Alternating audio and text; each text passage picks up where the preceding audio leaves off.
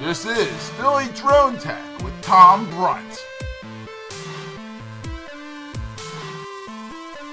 Sponsorship provided by aweber.com, getflywheel.com, and wistia.com. Hello folks, welcome to another edition of Philly Drone Tech here on the phillytech.org Netcast Network. I'm Tom Brunt, and 'tis the season, so season's greetings to you all. As you can see here, I've got Humpty D, my big drone, all in the Christmas spirit, and actually he's going to be helping Santa deliver toys this year. Forget Amazon, forget UPS. Santa is going to be the first to outsource delivery via drone. So now that that little joke is out of the way, let's get started on this episode. First thing I have for you is the FAA. There's a bunch of things going on that I've been reading about the FAA. Supposedly they are getting set to offer a proposal for small UAS guidelines, unmanned aerial system.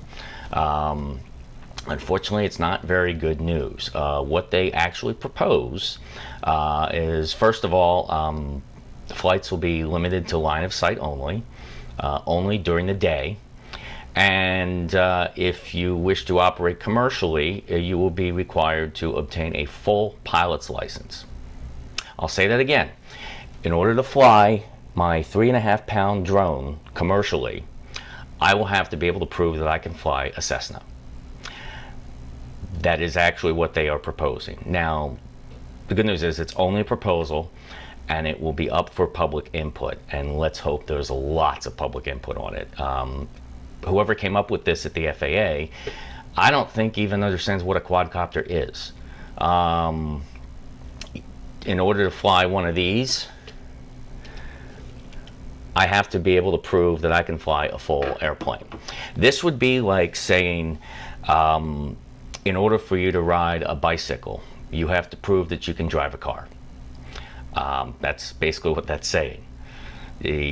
Will this hamper, any commercial use? Absolutely.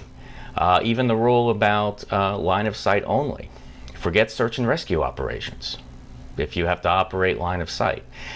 They need to come up with different rules for the hobbyists and the professional sector. Also by weight class. They are combining all the rules together for crafts that weigh 55 pounds or less.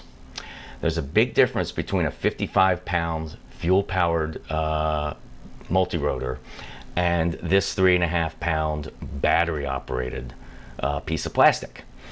So hopefully they are going to be told to go back to the drawing board. Which brings me up to another story that I read on Forbes. The White House could be getting involved. The Office of Information and Regulatory Affairs at the White House is set to review policies concerning drones. Now this could be good because unlike the FAA, who is only interested in ruling for public safety, they don't care about innovation or economics or anything. The White House has the ability to push back, to force guidelines that will still allow for innovation, which is what we sorely need in this country. We are falling severely behind other countries of the world that have already dealt with this successfully. We can't stifle the market before it even has a chance to, pardon the pun, take off. So 2015 it could be a very interesting year for regulation and what will happen. What do I think about it? Well, let's see. I believe that commercially you should have a license, but it needs to be applicable to the technology. Again, flying a 3.5-pound piece of plastic with a camera is not like flying a Cessna or a 737. So there needs to be a completely different rule set. If I want to do commercial use, should I have to have a license? If it's easily obtainable, Yes, that is fine. Really, the safety problem is, I think they're going to find, is not with the commercial use, it's with the hobbyists, because anybody can afford these. So the guidelines really ought to be more for the hobbyist, because that is where a lot of the recklessness is happening. It's not going to happen in the commercial venture. People that spend multiple thousands of dollars and it's their livelihood and their business are not going to be flying them recklessly in the sky. They're just not. So again, let's see what 2015 has to offer. Also, I wanted to tell you that because I started this video podcast, I decided to start my own Twitter account. All sorts of things drone tech related, everything I talk about on the show and other things, all my random thoughts and all that regarding drone tech. So I have my handle on the screen there. You can see, you can contact me at Drone Guy Tom. So hope to see you on there. And we'll be right back, and we'll get into some lighter holiday themed stories. Today's show is sponsored by Wistia. Wistia is a video hosting and analytics platform that helps businesses get the most out of online video. We use Wistia here at PhillyTech.org. Flywheel, a managed WordPress hosting platform built specifically for designers and creative agencies, and helps thousands of designers across the world launch projects every day. AWeber is local to the Philly region, helping entrepreneurs, agencies, and small businesses connect with their customers through email marketing. Go to aweber.com/PhillyTech to find out more. And by Soho Mail, professional, low-cost email with business-class features and security. Okay, now that we got the news out of the way, let's just go on to some. It is the holiday episode, so let's just talk about some holiday-themed uses for drones. I have a story for you out of the UK. TGI Fridays is launching out there a mistletoe via drone. You see in the commercial here. They're using what looks like DJI Phantoms, and with probably the Lightbridge camera attachment, so they can fly the mistletoe over the tables to encourage kissing and romance. Good for them, although it's a pretty big drone to be flying around indoors in tight areas. I hope they have some pretty good pilots working.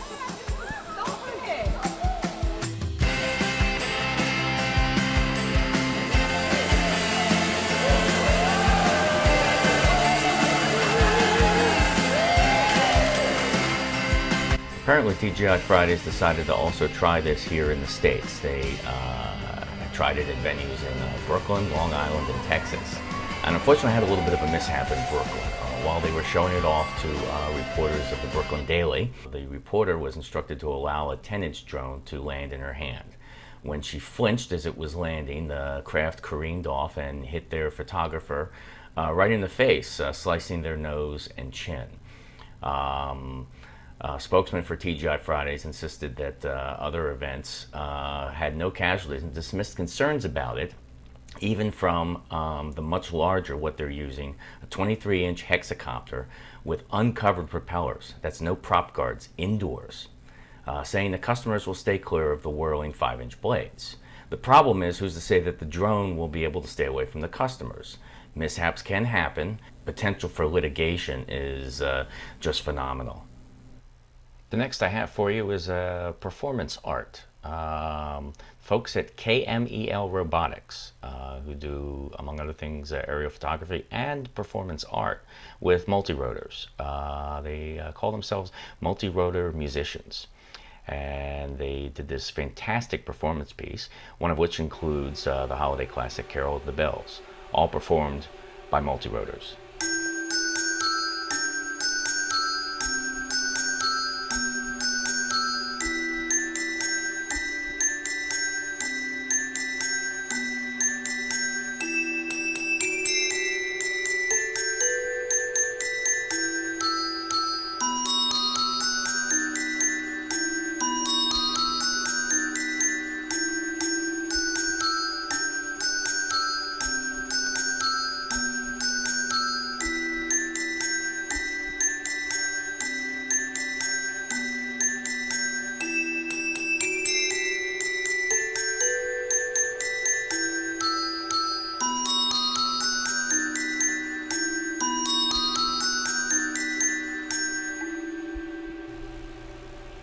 Well, that's all I have for you for this edition, the holiday edition. I hope you get what you wish for the holidays, and have a very happy holiday. And if you want to get in touch with me, again, I have a new Twitter account at DroneGuyTom, or you can contact me at droneguy@tebweb.com, TEBWEB.com.